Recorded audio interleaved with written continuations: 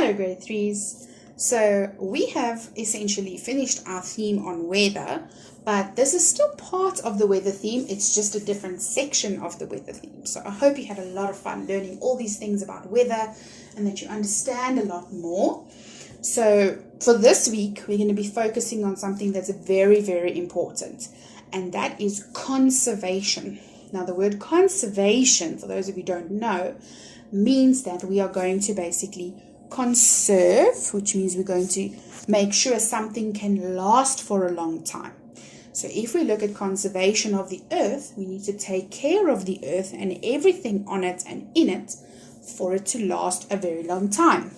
So we're going to look at some things like pollution, greenhouse effect, global warming, and then also some solutions on things that we can do to help with conservation.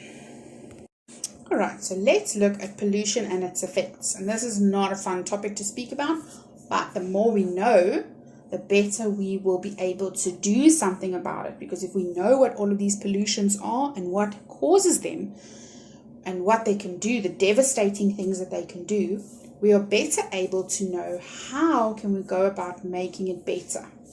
So pollution happens when the environment is contaminated or it gets dirtied by waste like rubbish or chemicals and other harmful substances. There are three main forms of pollution: air, water, and land. So let's have a look at air pollution. Now, most air pollution comes from burning what we call fossil fuels. And these are things like coal, oil, and natural gas. So factories and electrical plants, places that make electricity, and cars burn these fuels for power. Air pollution can cause diseases such as cancer and asthma. And air pollution also leads to something called acid rain or polluted, dirty rain that can harm living things. In addition, air pollution may be a cause of global warming. So it might be leading to global warming. And we're going to look at what global warming is a little bit later in this PowerPoint. The second type of pollution we're looking at is water pollution. Now, some causes of water pollution are easy to see. When you see people dumping rubbish into rivers or ponds, lakes, and oceans. But we also have factories or cities that sometimes release oils, poisonous chemicals, and other wastes, other dirty things into the water. And this makes the groundwater, in other words, the water that we get from under the ground to use, very unsafe to drink. And chemicals can also drain into rivers and lakes, where they can harm fish and other forms of life, such as plants and little animals that live near the lake or in the lake. And the last type of pollution we're going to be looking at is land pollution. Now, this is obviously things like littering or throwing rubbish on the ground. And this is also obviously a form of pollution, because even though it seems silly that there's a little paper on the floor, it's pollution. It's making the earth dirty. And litter is not just unpleasant to look at. It also destroys the habitats, or what we know as the homes of plants and animals. Right, so now we have some pictures of these types of pollution, and they're really not nice to look at. So the first one we've got there is air pollution. So you will see there's a highway that is so foggy, it almost looks like a cold winter morning, but it's actually not. That is all those pollutions, all those gases and chemicals and fumes from the factories and the cars and everything that is just sitting in the air and making the air absolutely filthy. And then we've also got the factories there at the bottom giving off massive amounts of gas that really don't smell good, and they are really bad for our lungs and for the air. So air pollution is really not great, and it's not good for us or anything living on the earth. We've also got water pollution. This is also very sad. You will see there that we've got, whether it's a lake or an ocean or a pond, that is full of straws and plastic bottles and all bits of paper and dirt. And then we've also got an underground pipe, which is in the ocean, that is leaking out from either from a factory or from some place that is pouring out their waste material, their dirt stuff from their factory into the ocean. And this is just pouring out into the sea all the time. And it's really bad because you can see it's right by a coral reef and by fish. So that's very, very sad. It's making the ocean very, very dirty and polluted, and fish and coral and plants and things cannot live in water like that. And then we've also got land pollution, where we can see a whole lot of rubbish that is just dumped on an open piece of land there, and those birds are in between all of that dirt, and they get caught in the plastic and they eat the wrong things and they get very sick, and they can also get hurt very badly. And you can see another one here near a farm area where there's tires and all sorts of rubbish just dumped and left, and if there's a lot of rain in that area, that will wash along the road and eventually get into rivers and dams and oceans as well, and cause huge amounts of pollution.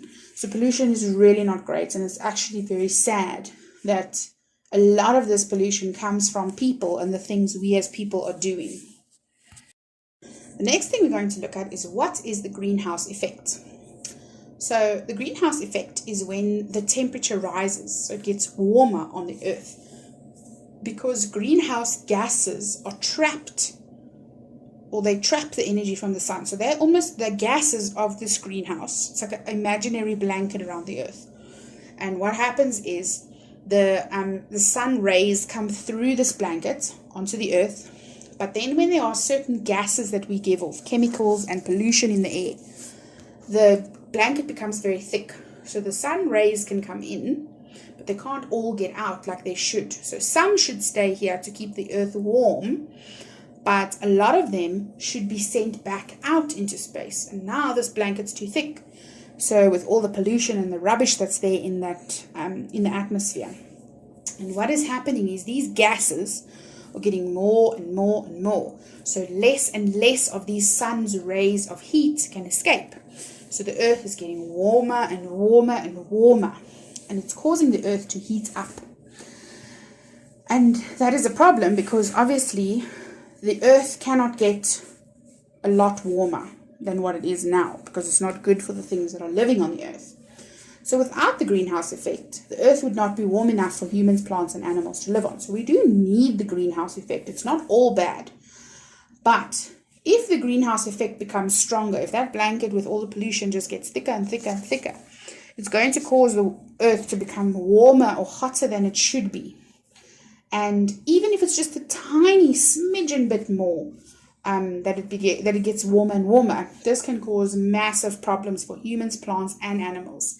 And scientists think that the things people do that send more greenhouse gases into the air are making the planet warmer. So you will see there's also a picture here of a greenhouse, a real greenhouse, and it looks like a big tent. And basically what that does is that material that they make them out of, the little plants are planted inside and they close it up and it traps the heat. So the sun bakes down on the greenhouse and that material keeps the heat in there to make sure that that little area where those plants are growing stays nice and warm, because those plants need it to be nice and warm in order to grow.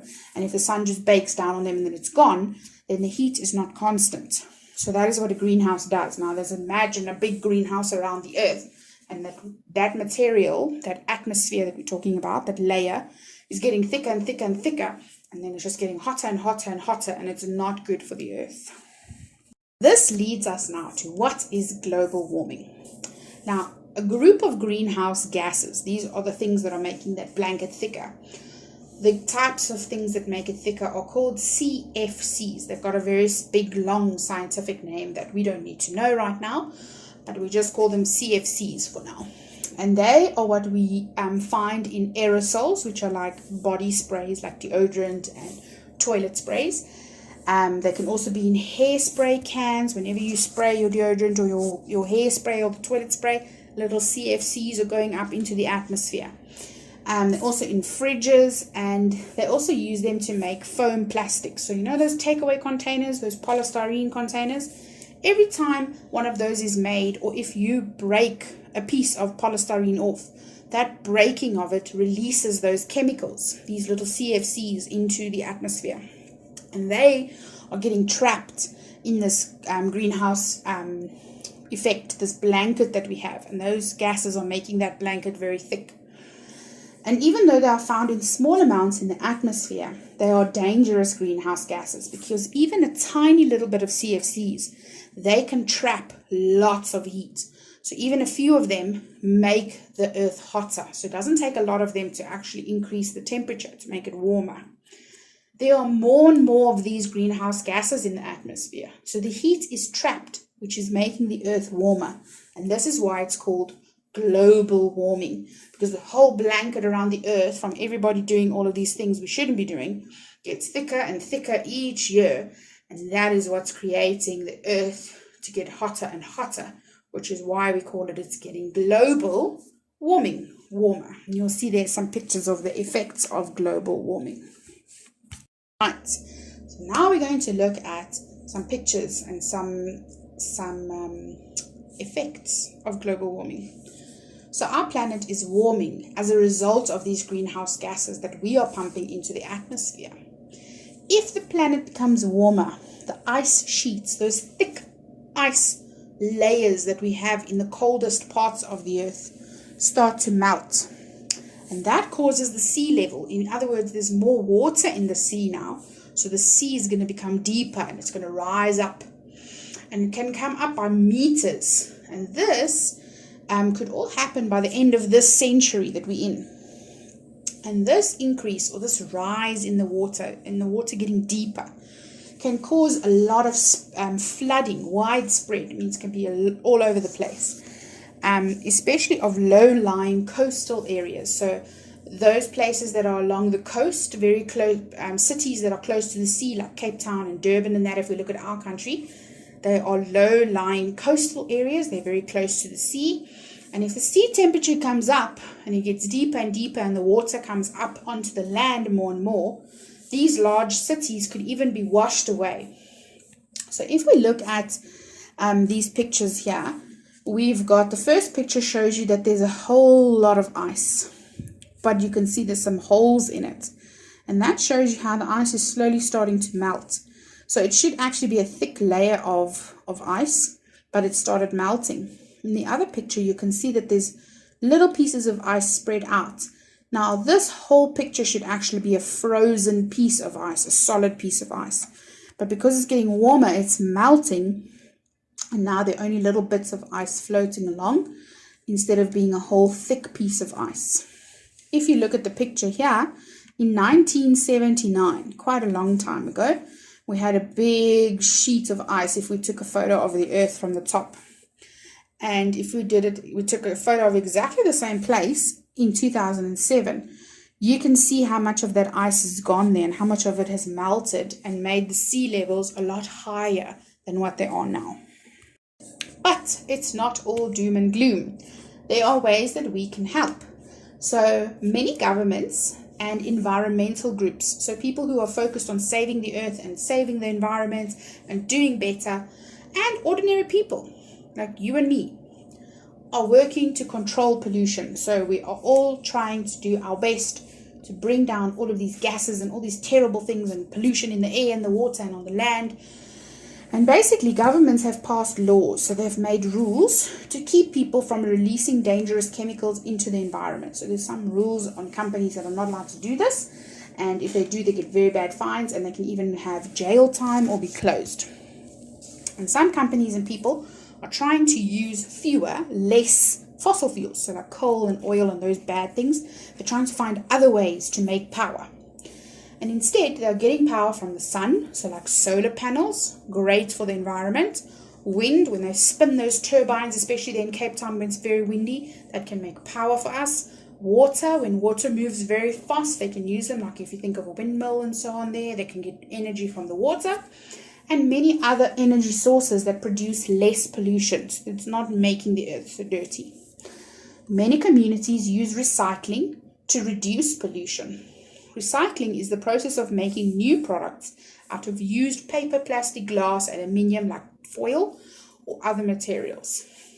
And you'll see there's quite a few pictures here of where there's lots of conservation programs going on where they're trying to reserve and conserve a lot of natural habitats and areas, and they're trying to think of clever ways to use more natural things for power. So there's a lot of universities and companies that are looking into ways that we can save our beautiful planet and Earth.